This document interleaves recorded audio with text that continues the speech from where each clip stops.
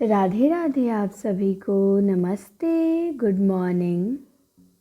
मैं नम्रता स्वागत करती हूँ आप सभी का हिंदी टीचर्स एकेडमी में। तो हम देख रहे थे प्रतियोगिता साहित्य और 3 क्लासें हमारी हो चुकी हैं। 300-350 के आसपास हमने इसमें क्वेश्चन देखा है।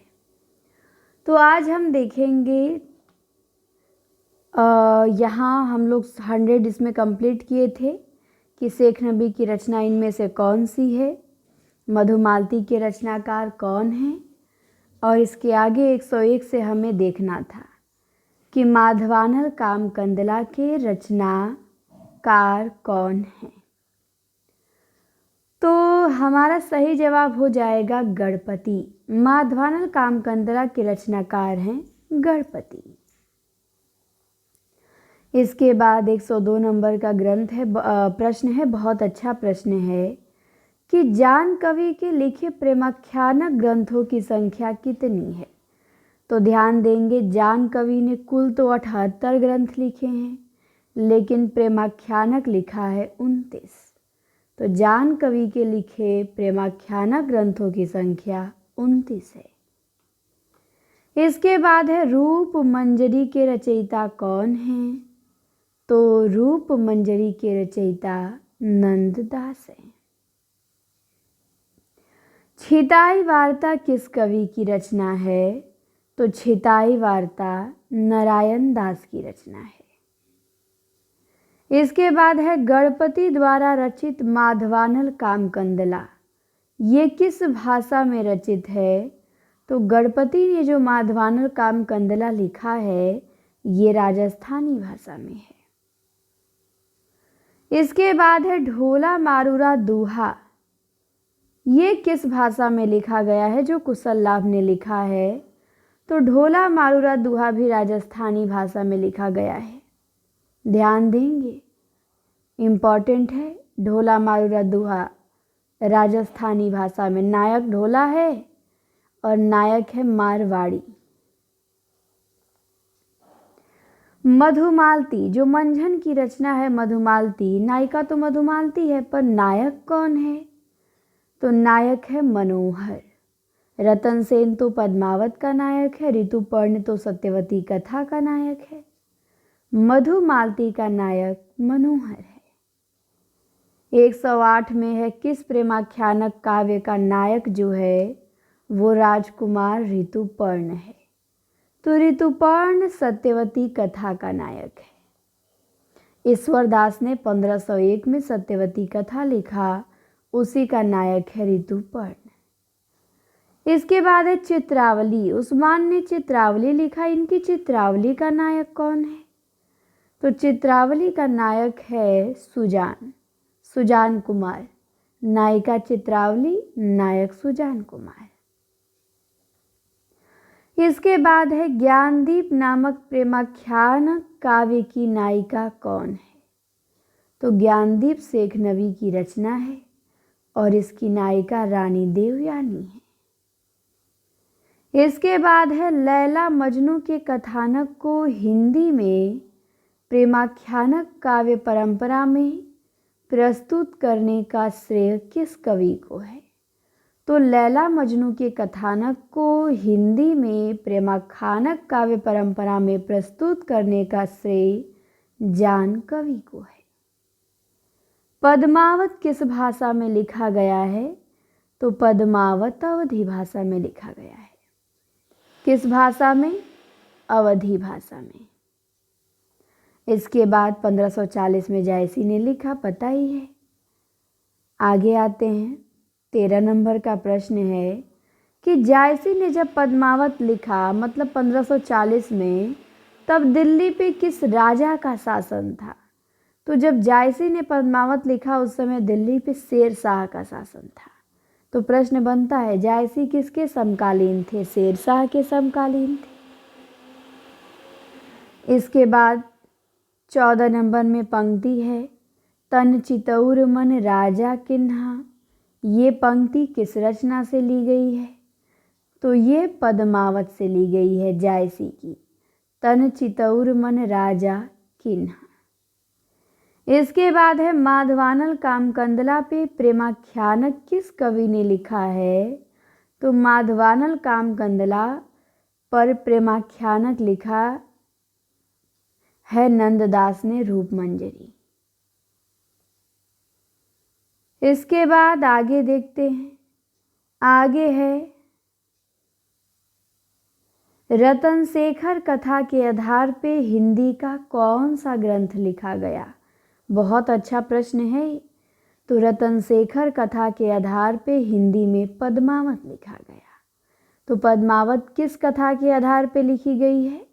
रतन शेखर कथा के आधार पे। इसके बाद 17 नंबर में है कि हिंदी का कौन सा प्रेमाख्यानक कवि एक आंख वाला मतलब काना था? तो वो थे जायसी, काने थे। इसके बाद है एक पंक्ति कि औ मन जानी कवित यस किन्हा, अम्मकु यह रहे जगत में चिन्हा। ये पंक्ति किस कवि की है? तो ये पंक्ति जायसी की है। औ मन जानी कवित यस किन्हा, अम्मकु ये रहे जगत में चिन्हा। इसके बाद है किस काव्य ग्रंथ में रूपकत्व का निर्वाह माना गया है? तो रूपकत्व का निर्वाह माना गया है जायसी के पद्मावत में। किस में माना गया है? जायसी के पद्मावत में रूपकत्व का निर्वाह माना गया है। 20 नंबर में है कि कौन सी विशेषता सूफी काव्यों में नहीं है? तो रहस्यवादी भावना है, हिंदू संस्कृति का चित्रण है, लौकिक प्रेम माध्यम से अलौकिक प्रेम की प्राप्ति है, बट ब्रज भाषा का प्रयोग नहीं है। ये तो अवधि का प्रयोग किए हैं ना, ब्रज का तो प्रयोग कृष्ण काव्य में मिलेगा। 21 नंबर में पूछा गया है कि किस जैन कवि ने अपने आत्मचरित में मधुमालती एवं मृगावती का उल्लेख किया है? तो आत्मकथा है, अर्धकथानक। उसी में बनारसी दास लिखते हैं कि तब घर में बैठे रहे नाहिन हाट बाजार, मधुमालती मृगावती पोथी दोय उचार। तो बनारसी दास ने ये लिखा है। इसके बाद है जायसी के गुरु का क्या नाम था? तो जायसी के गुरु का नाम था नूर मोहम्मद नहीं था, शेख मोहिदी।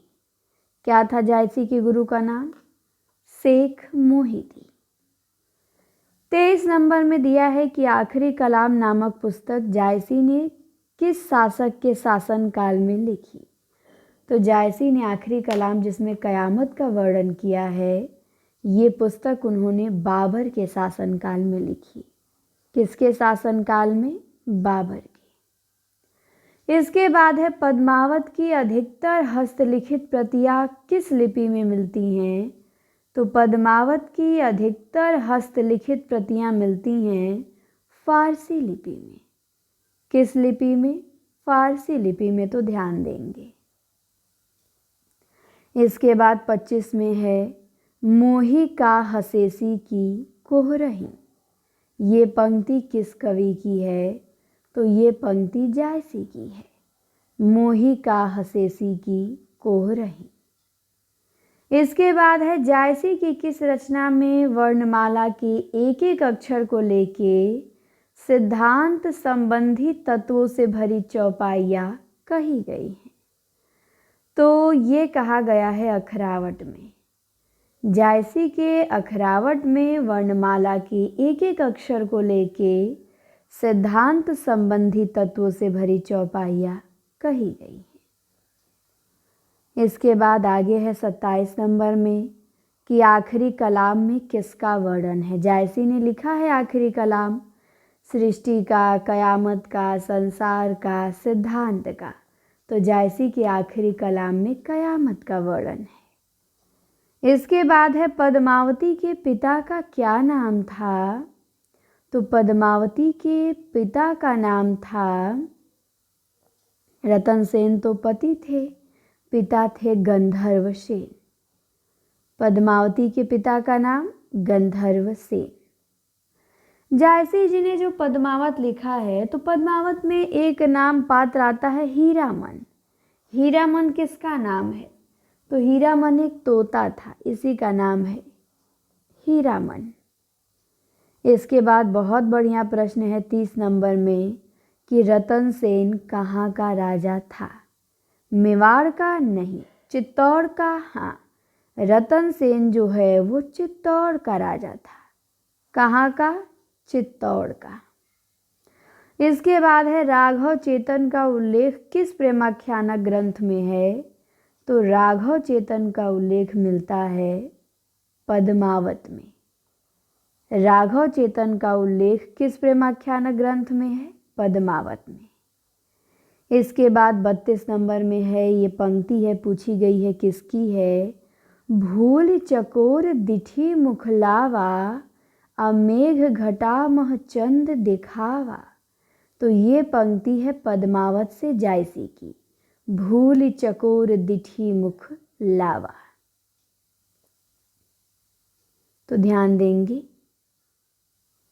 इसके बाद 33 में है, 133 में कि प्रेम गाथा परंपरा का सर्वाधिक प्रौढ़ एवं सरस ग्रंथ शुक्ल जी ने किसे माना है?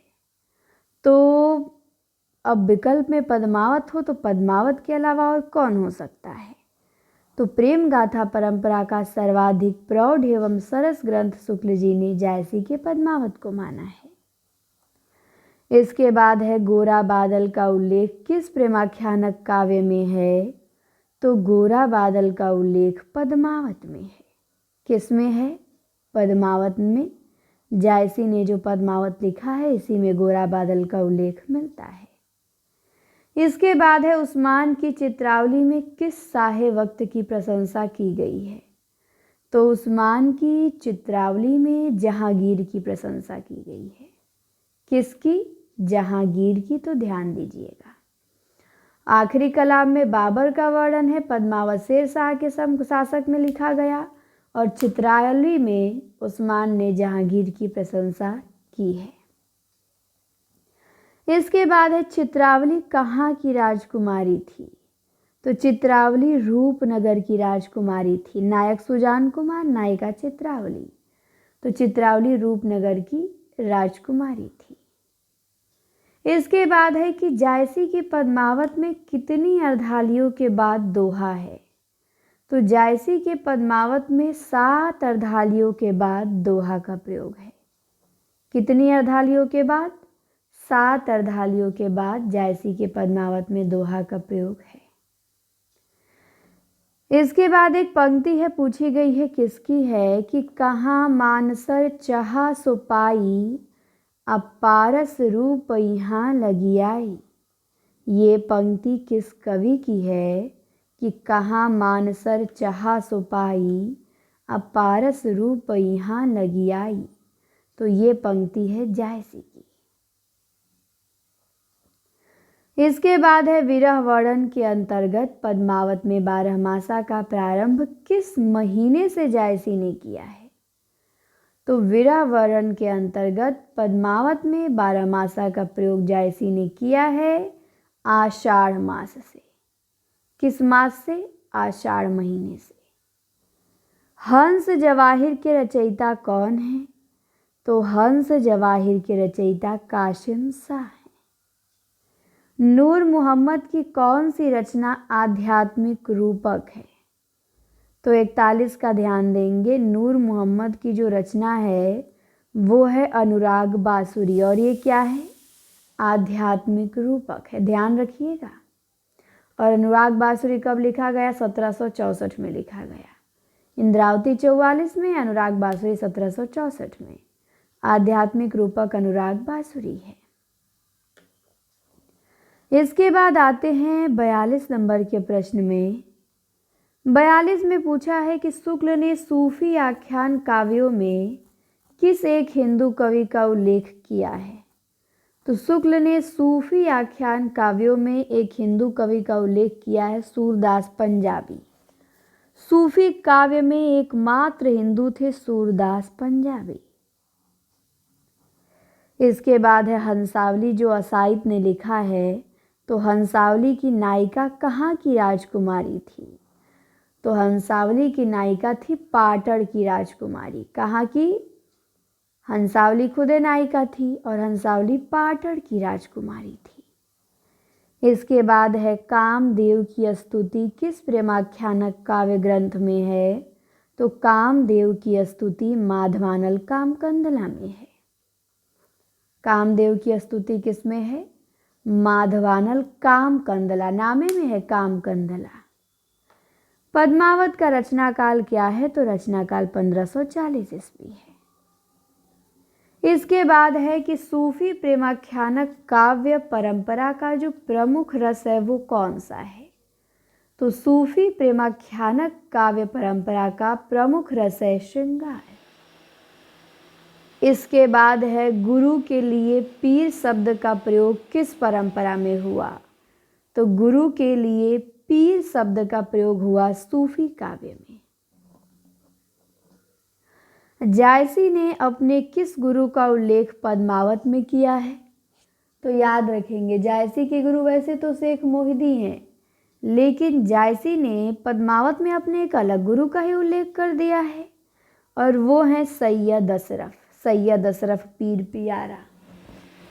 तो जायसी के गुरु पूछेगा तो शेख मोहिदी बताएंगे, लेकिन पूछेगा जायसी ने पद्मावत में अपने किस गुरु का उल्लेख किया है, तब बताएंगे सैयद अशरफ।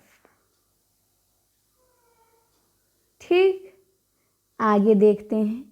आगे है एक पंक्ति पूछी गई है, किसकी है कि यह तन जारो छार के अब कहो कि पवन उड़ाए। ये पंक्ति किसकी है? तो ये पंक्ति पद्मावत से है, जायसी की। तो ध्यान दीजिएगा कि यह तन जारो छार के कहो कि पवन उड़ाए किसकी पंक्ति है? पद्मावत के है, जायसी की। इसके बाद है लखन सेन पद्मावती कथा के लेखक कौन हैं? तो लखन सेन पद्मावती कथा के जो लेखक हैं वो दामोदर कवि हैं। लखन सेन पद्मावती कथा के लेखक कौन हैं? दामोदर कवि हैं। इसके बाद है उत्तर रामचरितम नाटक की रचना किसने की? तो उत्तर रामचरितम नाटक की रचना भवभूति ने की। किसने की उत्तर रामचरितम नाटक की रचना? भवभूति ने की। इसके बाद है प्रसन्न राघव के रचयिता कौन है? तो प्रसन्न राघव के रचयिता जयदेव हैं। स्वयंभू के राम कथा काव्य का क्या नाम है? तो स्वयंभू के राम कथा काव्य का नाम है पौमचर्यु। इसके बाद है आधुनिक काल में रचित राम कथा का आधारित महाकाव्य का नाम क्या है? 154 में पूछा गया है, तो वो है साकेत। आधुनिक काल में रचित राम कथा पे आधारित महाकाव्य जो है वो साकेत है, गुप्त जी का। फिर 55 में पूछा गया है गुरु नानक का जीवन काल क्या है? जो सिख संप्रदाय के प्रवर्तक थे, तो गुरु नानक का जीवन काल है 1469 से 1538 ईस्वी। इसके बाद 56 में है निम्बार्काचार्य ने इनमें से किस सिद्धांत का प्रवर्तन किया? तो निम्बार्काचार्य द्वैताद्वैतवाद के प्रवर्तक हैं। किस सिद्धांत के? द्वैताद्वैतवाद के। विशिष्टाद्वैतवाद के रामानुजाचार्य हैं, द्वैतवाद के मध्वाचार्य हैं, शुद्धाद्वैतवाद के वल्लभाचार्य हैं। 57 में पूछा है कि पुष्टि मार्ग का संबंध किस दार्शनिक मत से है?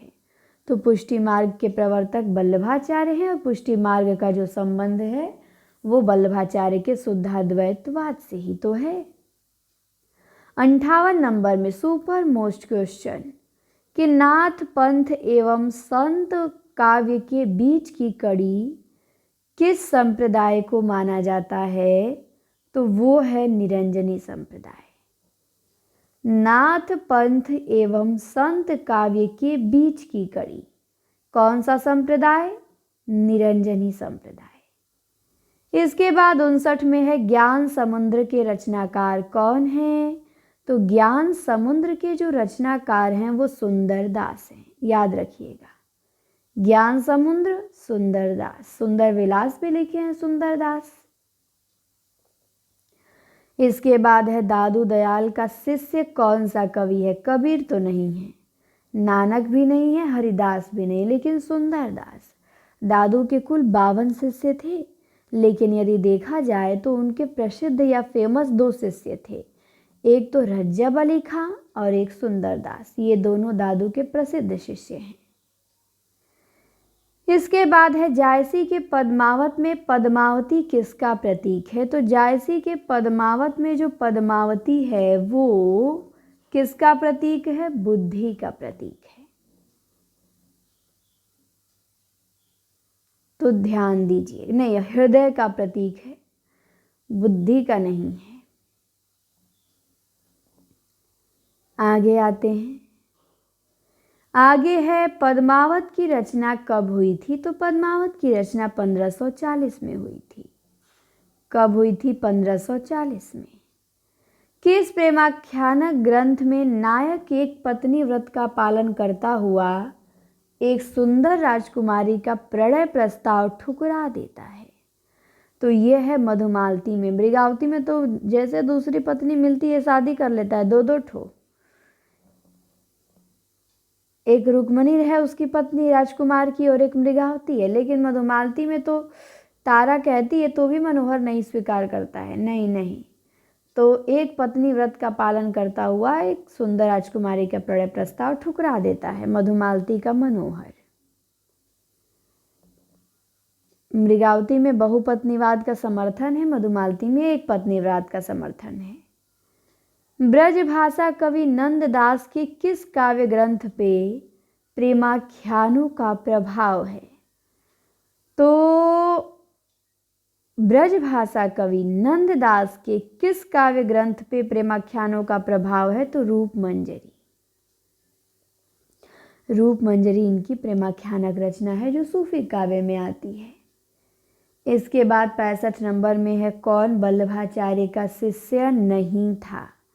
कुंभन दास थे, सूरदास थे, कृष्णदास थे, बट नंददास नहीं थे। नंददास के गुरु थे विट्ठलनाथ। कौन थे नंददास के गुरु? विट्ठलनाथ थे। इसके बाद 66 में है कि कबीर द्वारा प्रयुक्त कुंडलिनी योग की पारिभाषिक शब्दावली पे किसका प्रभाव है? तो कबीर द्वारा प्रयुक्त कुंडलिनी योग की पारिभाषिक शब्दावली पे जो प्रभाव है वो नाथ पंथ का है। और अभी हमने देखा नाथ एवं सिद्ध संत मत के बीच की कड़ी कौन सा संप्रदाय? निरंजनी संप्रदाय। 67 में पूछा गया है कि राजकुमार ऋतुपर्ण किस सूफी प्रेमाख्यानक का नायक है? तो ऋतुपर्ण सत्यवती कथा ईश्वर दास ने लिखा है, उसी के नायक हैं। 68 में है किस काव्य ग्रंथ में वर्णमाला के एक एक अक्षर को लेके सिद्धांत निरूपण किया गया है? तो वर्णमाला के एक एक अक्षर को लेके सिद्धांत निरूपण किया गया है जायसी के अखरावट में। किस सूफी प्रेमाख्यानक की रचना 1503 में की गई?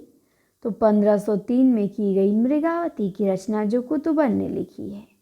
पद्मावत 1540, अभी नीचे डेट दिया ही है। दिया है कौन से क्रम रचनाकाल की दृष्टि से ठीक है?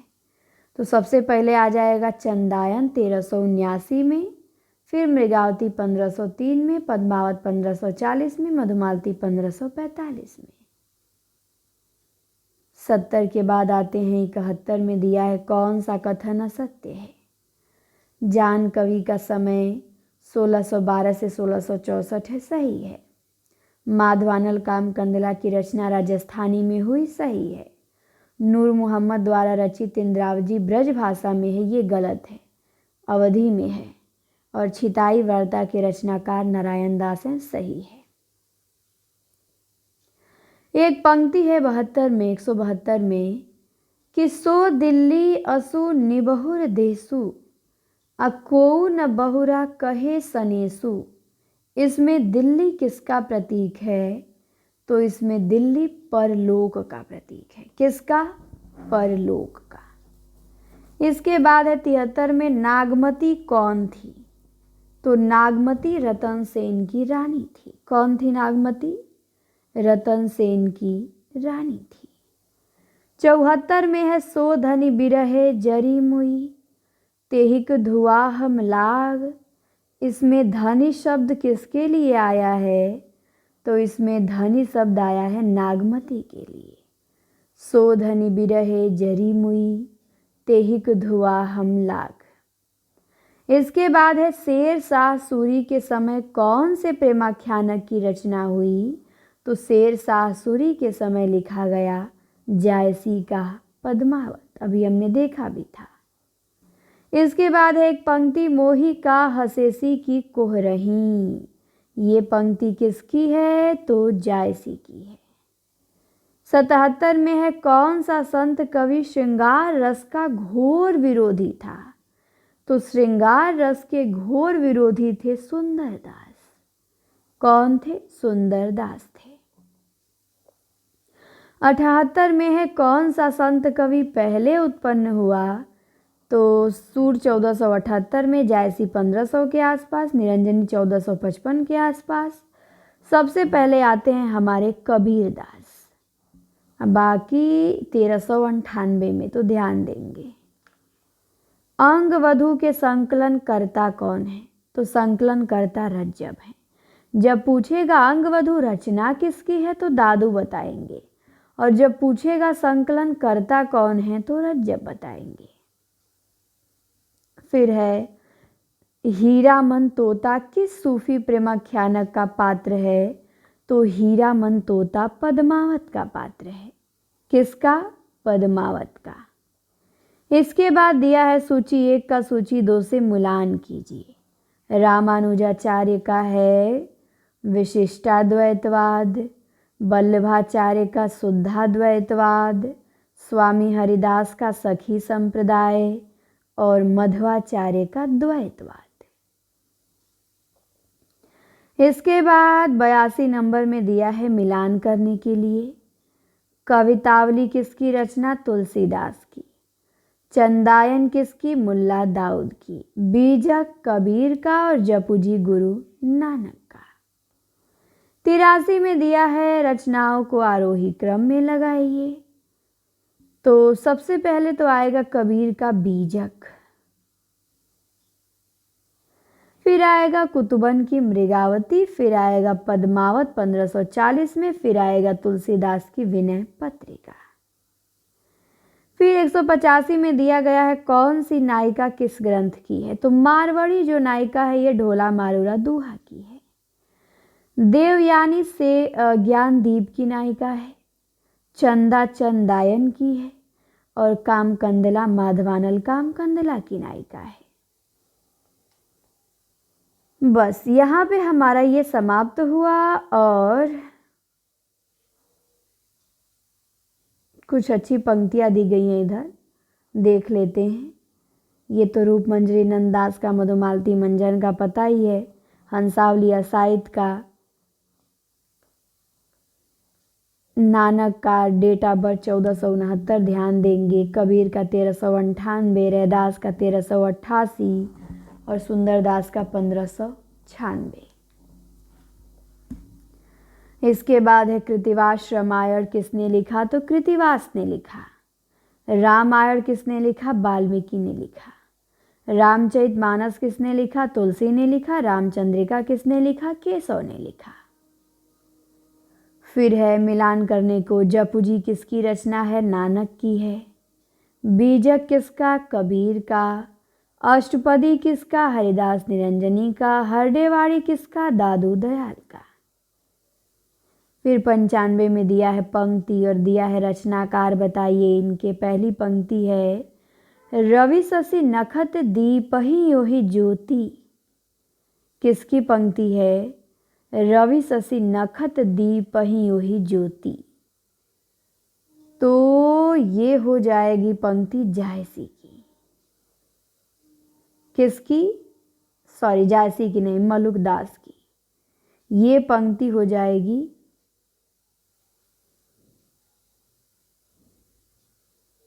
मलिक मोहम्मद जायसी की। इसके बाद है प्रभु जी तुम घन भन हम मोरा, तो ये पंक्ति हो जाएगी रैदास की। और काहे नलनी तू कुम्हिलानी ये कबीर की हो जाएगी। और अजगर करे न चाकरी ये मलुकदास की हो जाएगी। तो रवि शशि नखत दीपहि ओहि ज्योति जायसी की ओही इनकी पंक्ति में आता है। और प्रभु जी तुम घन बन हम मोरा रैदास, काहे रे नलनी तू कुम्हिलानी कबीर, अजगर करे न चाकरी मलुक का। इसके बाद है संत काव्य में किस रस की प्रधानता है, तो संत काव्य में शांत रस की प्रधानता है। कबीर के काव्य बीजक का संकलन किसने किया, तो बीजक का संकलन धर्मदास ने किया। कौन सी रचना नानक की है, जपुजी आशा दीवार रहीरास, तो उपयुक्त सभी हो जाएगा। ये सभी गुरु नानक की रचना है, जपुजी आशा दीवार और रहीरास, तो ध्यान देंगे। तो ये हमारा यहीं पे क्या हुआ, समाप्त हुआ। अब आता है अगला चैप्टर। तो अगला चैप्टर में फिर हम 100 क्वेश्चन देखेंगे। हर क्लास में हमारा टारगेट है 100 क्वेश्चन देखने का, और इसी तरह हम लोग प्रतिदिन 100 प्रश्न देख के प्रतियोगिता साहित्य से चैप्टर वाइज दिया है। एक चैप्टर में 100, 150, 200 के आसपास प्रश्न दिया हुआ है। तो अब हम कल देखेंगे कृष्ण भक्ति काव्य में। ठीक, तो प्रतिदिन अब आपको ये क्लास मिला करेगी हमारे यूट्यूब चैनल पे। चैनल को आप सब्सक्राइब करेंगे, नोटिफिकेशन ऑन कर लेंगे, और क्लास कैसी लगी बताएंगे, और सभी दोस्तों के यहाँ आप अधिक से अधिक शेयर करें। शेयर करते हैं तो फिर लगता है कि चलिए लोग देख रहे हैं, हमें बनाना है वीडियो, समय से पढ़ाना है, तो आप लोग शेयर करें सभी के यहाँ। और मिलते हैं आपसे हम अगली क्लास में। 8 बजे लाइव क्लास भी होगी यूट्यूब पे, ऐप पर 4 बजे होगी।